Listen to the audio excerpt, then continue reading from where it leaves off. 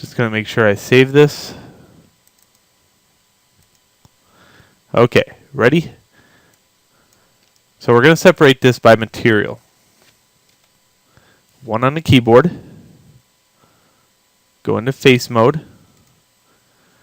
And we're going to highlight all the faces that make up all the way around it. Make sure that you have the feature off that says limit selection. So you should have all the faces all the way around it highlighted. Again, one on the keyboard. This is going to be called, here's a material. It's going to have a new material. This one's going to be called bark.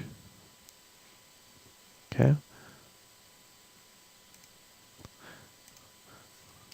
B-A-R-K.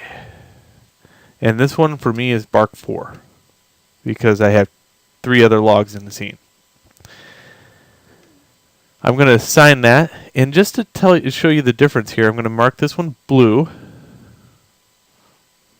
and I'm going to rear down the intensity for specularity. Wood is not shiny.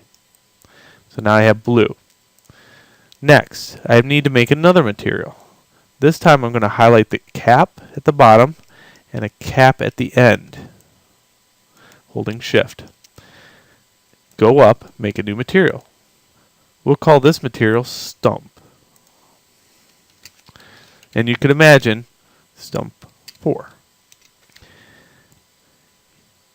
Now this is just using 2 materials. You can use 28,000 materials if you wanted to, but this is just a very basic example of how it works. Bark. What's bark?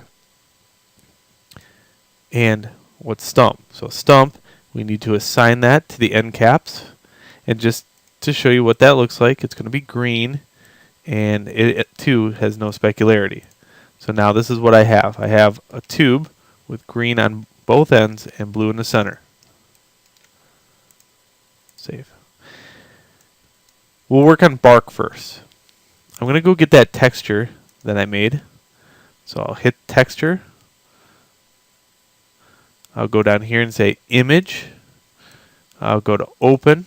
And here's my bark tile X. Okay. To be able to see this in real time, what I could do is go over here and hit N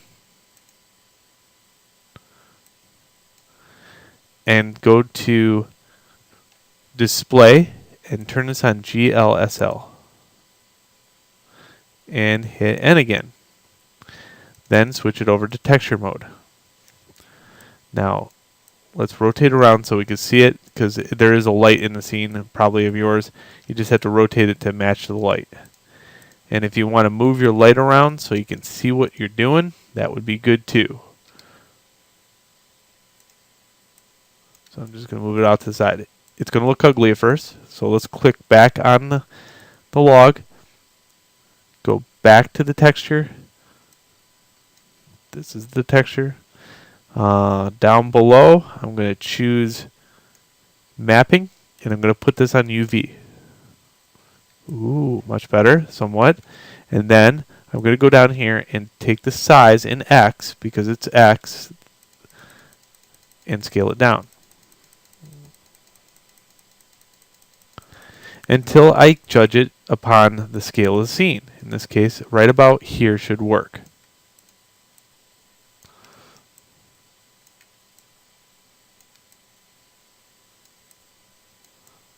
There we go. If you want this light to be something else until you figure out what you're doing, go to the light, click on the light, and choose sun. This way, you can see a lot more of it being lit up. So this is what I have so far. I have a log with 1 texture on it, 1 material. Oh, 2 materials.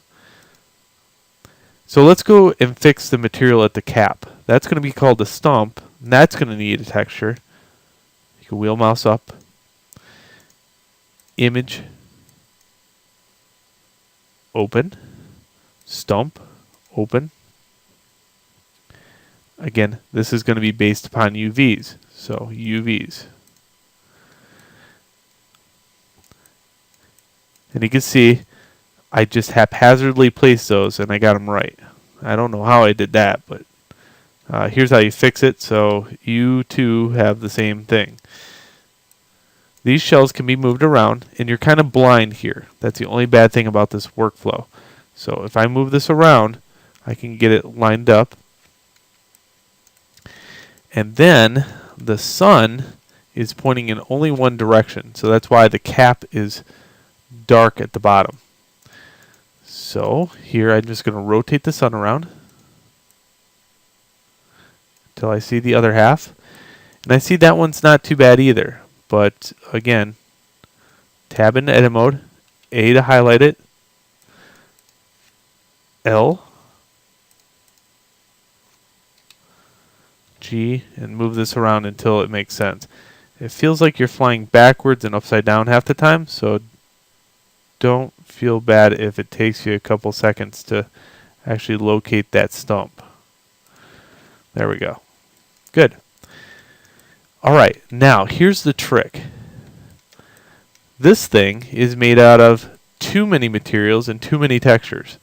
Because this would never fly, well, it would fly in a video game, but why would you ever do this, right? You wouldn't. You would never do this.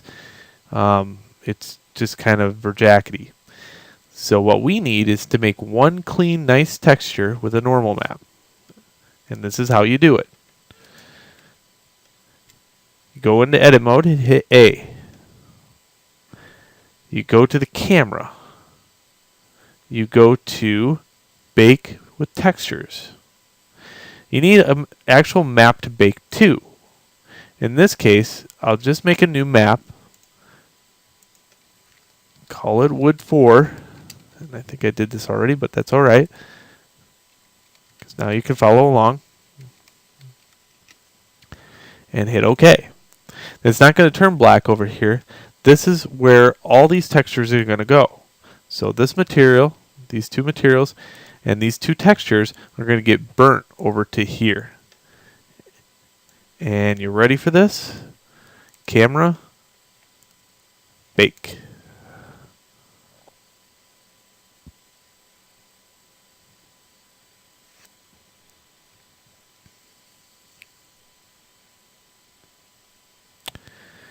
And yes, it will take a couple minutes. This is a pretty high-res thing. But there we go. And you could imagine if I took my time, you know what I mean? Like if I stretched this out a little bit further, or if I made these a little bit bigger, you know, you can get a better quality. You don't want to waste the space, but I didn't want to make the workflow too hard for you. So there we go. What happens now? Well, in the very last step, this is what happens. I save image as. I go to temp 6, and I'm going to call this wood 4 underscore color map. This is going to be a TGA, and I'll save that image.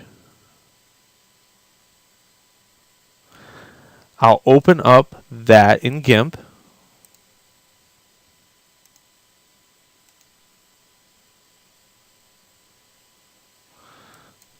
It always opens in the background. I don't know why. And then I'll just go here to Filters, Map, Normal Map. I use a scale of 3 for this. And hit OK. Then I go File, Save As, and I save that as Wood 4 Color Map, or Normal Map. And you can imagine, this is just the start of it, because we're learning normal maps and we're learning color maps, but there's so many maps. And now we're bringing UVs into it, and we're putting it all together, and it's starting to turn out really good. So we're going to have to start learning other maps now, pretty soon.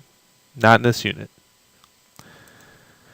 Okay, how you mount the brand new spanking material so you can see the normal map and everything is like this. We don't need stump anymore. It was just a temporary thing. We do need bark. Over here, I'll hit A to highlight everything and assign bark to everything. Let's go to the texture. This is what the texture used to be. Down here below, oops, I'm going to go get my new texture. My new texture is a color map. And I just have to fix a few things. One, I'm not going to tile it anymore, so I go back to 1. It's already set to UV, so that's good. Let's see what that looks like just as that. Hey, not too bad, right? Good stuff. Now let's go get the other one. Let's make a new material, or a new texture, sorry. New texture, image or movie, open. That's where the normal map goes. Again, I have to choose a few things. Like this is a normal map. It's going to be based upon UVs.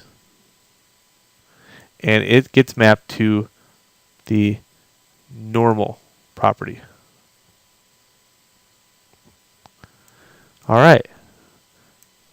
So that's good. Now let's destroy the sun and make it actually back into a point light.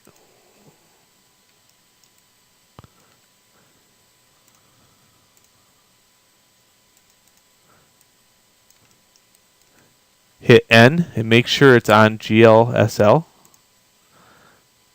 Good. And as you go like this, you can see the bump. And you can see that right there. And that is how you do it. That's how you make the workflow work with you to make an object. Now this works with rocks. It works with land masses. It works for a lot of things. Rocks is just a sand texture that gets, tiled out a few thousand times, or actually 5. We won't over-exaggerate. Grass, if it's just a grass texture or a dirt ground, you could do it with that too. Just don't tile it too many times on the other kind of textures. With wood, you can tile it a lot, and it still looks okay. So let's put it with our other logs that I made.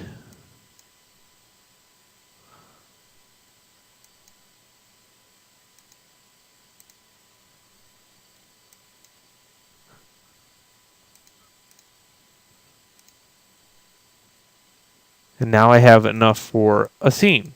Okay? You can see it stacked together. Very cool. Very good stuff. We're going to be using these logs later on. So in the next video, I'll give you your assignment.